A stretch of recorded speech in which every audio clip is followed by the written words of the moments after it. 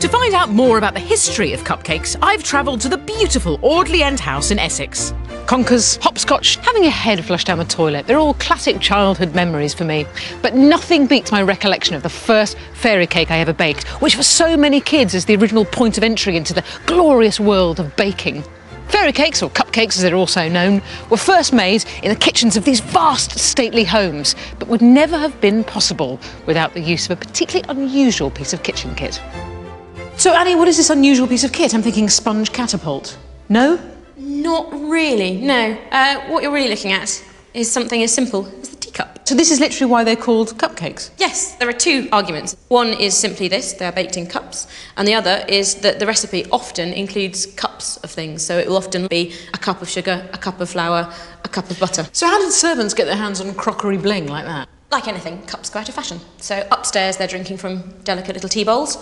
Then they start to get handled cups. The delicate little tea bowls devolve down the household until eventually they reach the kitchen. The cook may well be drinking tea out of them, and she looks around for something to bake a small cake in, throws in the mixture, into the oven, and hey presto, you have a ready-made mould. One of the first published cake in a cup recipes was written by the famous British cook Maria Rundle in 1806. Her queen cake contains 3 cups each of flour, sugar, currants, butter, and some very frothy eggs. To be honest, I've expended less calories in a fitness DVD than I'm doing now. I'm presuming that all this exertion is to create a lightness of touch that'll be enjoyed upstairs. Absolutely. This is the era where what we now know as the fairy cake is really invented. And it's called a fairy cake precisely because it's so light. So we're going to mix our well-whisked egg yolks in with our butter. Now, at what point are aprons invented? Because it may be time.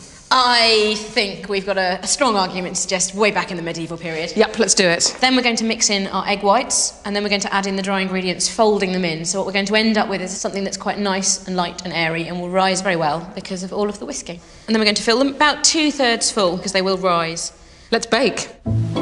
Fairy cake's popularity really took off as afternoon tea became more fashionable. This tea house bridge was specially designed for ladies to enjoy beautiful views and eat lots of small cakes. Marvellous. I want to see the results. They've been in the oven for about 30 minutes. They've come out. Look at that. Perfection, though I say so myself. It's all your beating. Yeah, thank you. Look how light that is. It's beautiful, curranty, sugary, light, eggy goodness. So did afternoon tea make these sorts of cakes more popular? Very much so. Georgian period is all about taste and gentility and refinement and civilisation and showing ourselves to be one of the most civilised nations on earth. So small cakes really are very, very useful, both in terms of having something that's the right size in proportion to the teacup, but also in having something that isn't going to be unladylike in terms of what you're eating. So what you're saying is all this gentility, this refinement, all created by this shape and this drinking utensil? Absolutely. Cheers.